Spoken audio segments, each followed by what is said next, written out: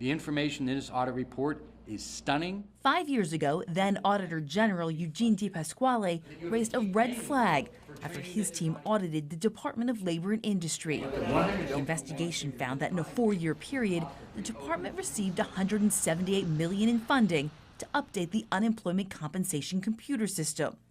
But that didn't happen. The reality is we don't know how they spent the money. The system was on the verge of collapse.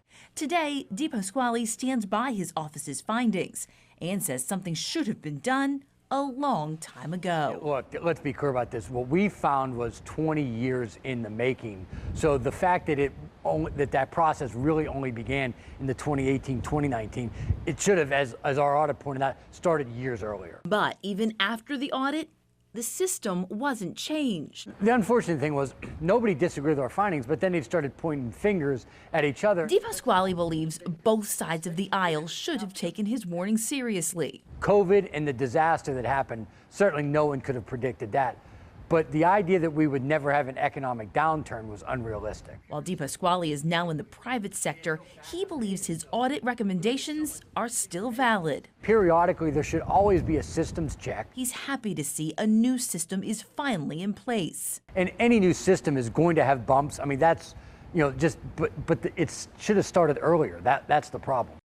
Now, at the time of the audit, the unemployment compensation computer system had dated back 40 years. In 2006, the state did hire IBM to upgrade that system, but court records showed the state paid IBM $170 million, and the contract was terminated in 2013. At that point, the project was 4 years behind schedule and $60 million over budget. A study done by Carnegie Mellon shows that little to none of the work that was done was even usable. Then in 2013, the lawmakers passed Act 34 in an effort to fund and push forward improvements. In 2016, that funding stream was stopped, call centers were closed, and 400 labor and industry employees lost their jobs. While they had hoped to reopen those centers, most have remained shuttered.